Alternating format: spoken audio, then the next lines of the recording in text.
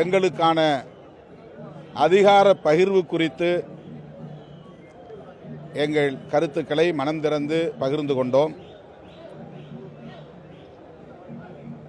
திமுக தரப்பில் எங்கள் கருத்துக்களை கேட்டுக்கொண்டார்கள். தலைவரோடு இது குறித்து விவாதித்த பின்னர் உங்களுக்கு மீண்டும் அழைப்பு விடுப்போம் என்று கூறியிருக்கிறார்கள்.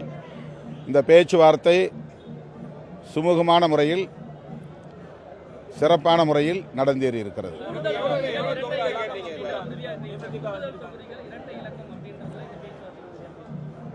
பேச்சுவார்த்தையில் எந்தெந்த தொகுதிகள் என்பது குறித்து எதுவும் நாங்கள் பேசவில்லை. எங்களுக்கான அதிகார பகிர்வு என்பது எங்கள் வலிமைக்கு ஏற்ப அமைய வேண்டும், எங்கள் பங்களிப்புக்கு ஏற்ப அமைய வேண்டும் என்பதை தெளிவுபடுத்தியிருக்கிறோம். எத்தனை தொகுதிகள் என்பது குறித்தும் திமுக குழுவுக்கு நாங்கள் தெரியப்படுத்தியிருக்கிறோம். அந்த எண்ணிக்கை உறுதியான பிறகு உங்களுக்கு தெரிவிப்போம். ராஜ்யசபா பற்றி நாங்கள் பேசலை. பாண்டிச்சேரியிலும் எங்களுக்கு இடம் வேண்டும் என்று கோரியிருக்கிறோம். ஒரு பொது தொகுதியும் வேண்டும், தனி தொகுதிகளும் வேண்டும் என்ற கோரிக்கையை வைத்திருக்கிறோம். பாண்டிச்சேரியிலும் ஒரு பொது தொகுதி உட்பட 2 தனி தொகுதிகள், 3 தொகுதிகள் வேண்டும் என்று கேட்டிருக்கிறோம். அது முதல்ல எண்ணிக்கை முடிவான பிறகுதான் எந்தெந்த தொகுதி, எந்தெந்த பகுதி என்பதை நாங்கள் முடிவு செய்வோம்.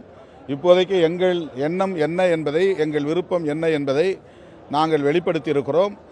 அதனை தலைவரோடு நாங்கள் பகிர்ந்து கொண்ட பின்னர் உங்களுக்கு மீண்டும் அழைப்பு விடுப்போம் என்று கூறியிருக்கிறார்கள்.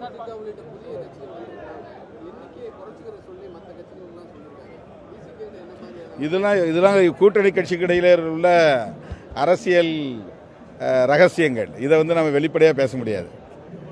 அது நாங்கள் எங்களுக்குள்ள நெகோசியேஷன். அந்த நெகோசியேஷனில் என்ன ஃபைனல் ஆகுதோ அந்த ஃபைனலை உங்களுக்கு சொல்லுவோம்.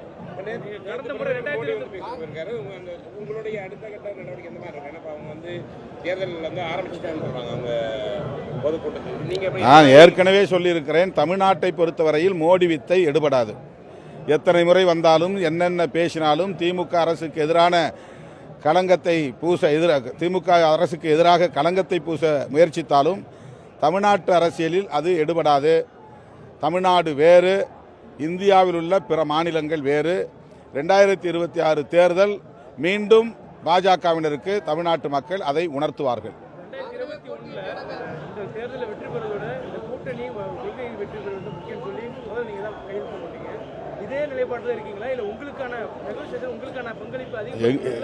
எங்களுக்கான பங்களிப்பு, எங்களுக்கான பகிர்வு என்ன என்பது குறித்தும் நாங்கள் எங்கள் கருத்தை உறுதிபட தெரிவித்திருக்கிறோம். அதே வேளையில் நீங்கள் சொன்னதைப் போல கடந்த தேர்தலில் நாங்கள் இந்த கூட்டணியின் வெற்றி எவ்வளவு முக்கியம் என்று கூறினோமோ அதே உணர்வோடு இன்றைக்கும் நாங்கள் அதில் உறுதியாக இருப்பதற்கு காரணம் தமிழ்நாட்டு அரசியல் சூழல் அதே சூழலாகத்தான் இருக்கிறது.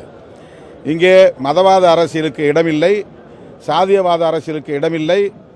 மதத்தின் பெயரால், சாதியின் பெயரால் வெறுப்பு அரசியலை பரப்புவதற்கு தமிழ்நாட்டில் மக்கள் அனுமதிக்க மாட்டார்கள் என்பதை உறுதிப்படுத்த வேண்டிய தேவை இருக்கிறது. அதே திமுகவுக்கு என்ன பங்கு இருக்கிறதோ அதே பங்கு அந்தந்த கட்சியின் வலிமைக்கு ஏற்ப உள்ளது. எனவே விடுதலை சிறுத்தைகள் கட்சிக்கும் தமிழ்நாட்டின் இந்த சுமூகமான அரசியல் சூழலை மதவாத சக்திகளால் பாதிக்க செய்வதற்கு இடம் கொடுத்து விடக்கூடாது என்கிற பொறுப்புணர்வு இருக்கிறது. அந்த பொறுப்புணர்வோடு எங்கள் அதிகார பகிர்வையும் உரிமையோடு எடுத்துரைத்திருக்கிறோம். முதல்வரிடமிருந்து எங்களுக்கு மீண்டும் அழைப்பு வரும்போது உங்களுக்கு தெரிவிப்போம். அதான் அது நெகோசியேஷனில் அதை எப்படி நீங்கள் வெளியே சொல்ல முடியும்? தொகுதி தான், தொகுதி பகிர்வுங்கிறது ஒரு அதிகார பகிர்வு தானே. அதாவது கேபினெட்டில் பவர் ஷேர் இல்லை நீங்கள் சொல்கிற மாதிரி. அதை நாங்கள் இந்த சூழலில் அந்த கருத்தில் நாங்கள் அதை சொல்லலை. அந்த நிலைப்பாட்டை நாங்கள் தொடக்கத்தில் இந்த ஆட்சியிலும் பங்கு, அதிகாரத்திலும் பங்கு என்கிற முழக்கத்தையே முன்வைத்தது விடுதலை சிறுத்தைகள் கட்சி தான்.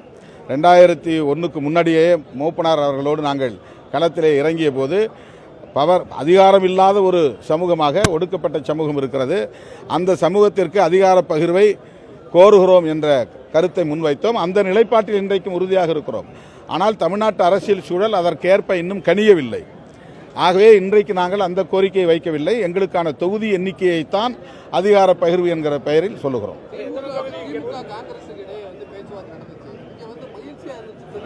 ஜோடங்கர் தெரிவிச்சிருக்காரு. டெல்லியில போய் பேசும்போது திமுக சொல்ற கருத்துக்களை ஏற்றுக்கொள்ள முடியல, 25 தொகுதி தான் சொல்றாங்க, அதை ஏற்றுக்கொள்ள முடியல, டெல்லியில போய் பேசியிருக்காரு. காங்கிரஸ் கட்சி ஒரு கூட்டணியில ஒரு இரட்டை நிலைப்பாடு இருக்க மாதிரி ஒரு நிலை இருக்கு, அதை எப்படி பாக்குறீங்க? அது காங்கிரஸ்காரங்க தான் இந்த கேள்விக்கு பதில் சொல்லணும். இல்ல, அது பேச்சுவார்த்தை நடத்தும் போது தனித்தனியாக ஒவ்வொரு கட்சியோட பேசுறாங்க. அதில் நான் எப்படி இன்னொரு கட்சியினுடைய கருத்துக்கு பதில் சொல்ல முடியும்? எங்கள் கட்சியினுடைய நிலைப்பாட்டை பற்றி தான் நான் பேச முடியும். நாங்கள் ஒரே கூட்டணியில் இருந்தாலும் ஒவ்வொரு கட்சியும் தனித்தனியான கோரிக்கைகள் வைத்திருக்கின்றன. ஒவ்வொரு கட்சிக்கும் தனித்தனியான ஒரு வலிமை இருக்கிறது, ஒரு பாரம்பரியம் இருக்கிறது. தமிழ்நாட்டில் அவர்கள் தேசிய அளவில் ஒரு பெரிய சக்தி என்கிற அடிப்படையில் கோரிக்கையை வைக்கிறார்கள். அது அவர்களுடைய நிலைப்பாடு. அதில் நாங்கள் கருத்து சொல்வதற்கு எதுவும் இல்லை. கூட்டணி 10 தேர்தல் சந்திச்சிருக்கீங்க. ஒருபோது இந்த கூட்டணியுடைய பேச்சுவார்த்தையில தொகுதியை பேச்சுவார்த்தை நீண்டு கொண்டிருந்தாலும் கூட்டணி என்பது உறுதியா இருந்தது.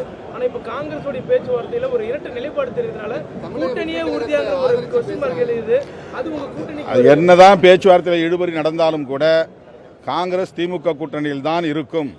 இந்த கூட்டணி கட்டுக்கோப்பாக தேர்தலை சந்திக்கும். அதில் எனக்கு நம்பிக்கை இருக்கிறது.